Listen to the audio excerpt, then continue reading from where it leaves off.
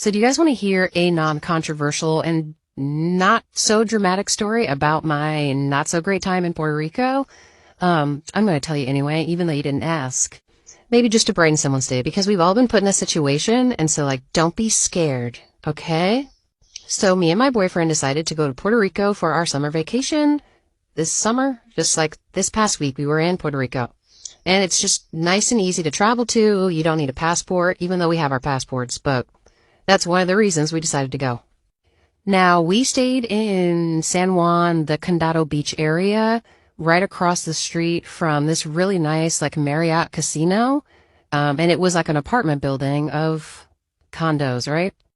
We were only going to stay there for 4 full days. And then the next part of our vacation, we actually stayed in Rincon, Puerto Rico. So we had to get a rental car. But this is just the portion that was in San Juan. So we get into this condo. It's pretty small inside. The shower pressure isn't that great, but it's typical shower pressure, right? Well, on our 3rd day in that apartment, we start noticing that the shower is backing up, and it's like a walk-in shower. It's not a bathtub, so you can only shower for maybe 10 minutes before it looks like all of the water is about to spill out of the shower onto the floor, which we did not want, right? So then, right after showering, we're noticing the toilet isn't flushing correctly, and we're having to wait an hour or two before we can actually flush the toilet. And you can already see the problem here. So the next day, we go to breakfast at Pinky's. Shout out to Pinky's. That's some pretty good breakfast. We walk back to our apartment, and it is flooding over the balcony right next door to our apartment.